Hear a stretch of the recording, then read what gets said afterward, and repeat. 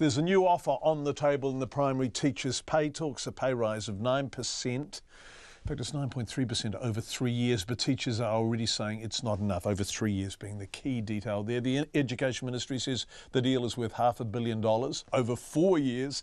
That's more than the previous offer that provoked last month's strike, the first by primary teachers and principals in 24 years, but it's still a long way from the 16% over 2 years the Educational Institute was originally seeking. Our education correspondent, John Gerritsen, asked teachers at Johnsonville School in Wellington what they think of this offer. The ministry's increased the annual pay rise it's offering most teachers from 2% a year to 3%, but it's less for new teachers who were previously offered increases of nearly 5% a year. The proposal doesn't do anything for workloads, and there's no mention of the special education needs coordinators the union wants to see in every school. Teacher Jo Wilson says it's not good enough.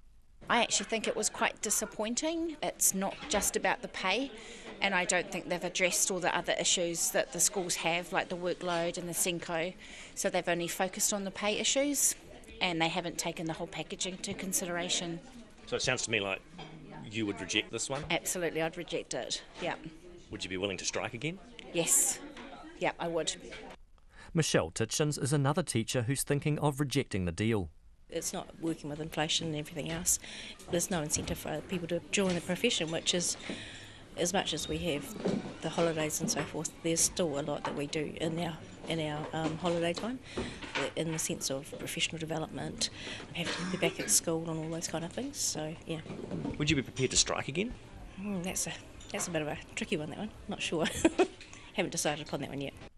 Rosalie Anso is undecided. She says the offer is better for experienced teachers like herself, but it's new teachers who need the money the most. If I'm thinking of the bigger picture, then I think that our beginning teachers and I think some of our teachers on lower steps need a bigger increase. They're the ones that need the biggest boost because we want to get more teachers into teaching. So it's the beginning teachers that we need to be looking after. But Rosalie Anso says she would be reluctant to strike again. Not thrilled, no. No, I'd rather be here teaching, but I think we do need to make a stand every now and again about certain issues. For me, the issue wasn't the pay, it's about the conditions and it's about getting help for the special needs kids that are in my class. That's what I care about. For me personally, it's not the pay. Bryony Waterman-Dick is a student teacher at the school. She says the pay offer won't attract more young people to teaching. I think it'll deter younger teachers from coming into the profession, and if they do go into the profession, I think that it's going to make them more likely to get registered and then probably go overseas and teach. The school's principal, Barry Schoen, says recruiting more teachers is critical. We need to attract more people into the profession because there's a lot of people who are going to be retiring over the next few years, so therefore we've got to put effort into paying new teachers more. But will 9% pay rise over 3 years, is that going to do it? I suspect it probably isn't.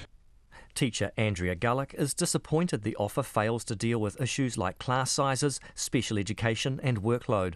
I'd like to think we could get something else rather than just money, but I don't know. Would you be prepared to go on strike to do that?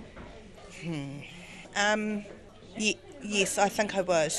Reluctantly, because I don't believe striking is necessarily the way to go, but I don't know how else to make yourself heard. Yeah, I don't like striking, but yep, I would if I think it's going to make a really big difference. If it's just going to make a tiny difference, no, I wouldn't, no. The Educational Institute says it will start an online ballot on the offer next week, and it won't be telling its members which way to vote. Results of the vote are expected on September the 25th. Mō te hōtaka o te ahi, ko John Gerritsen tēnei. Teachers, if you're listening and feel like telling us what you think of that offer today, text us 2101.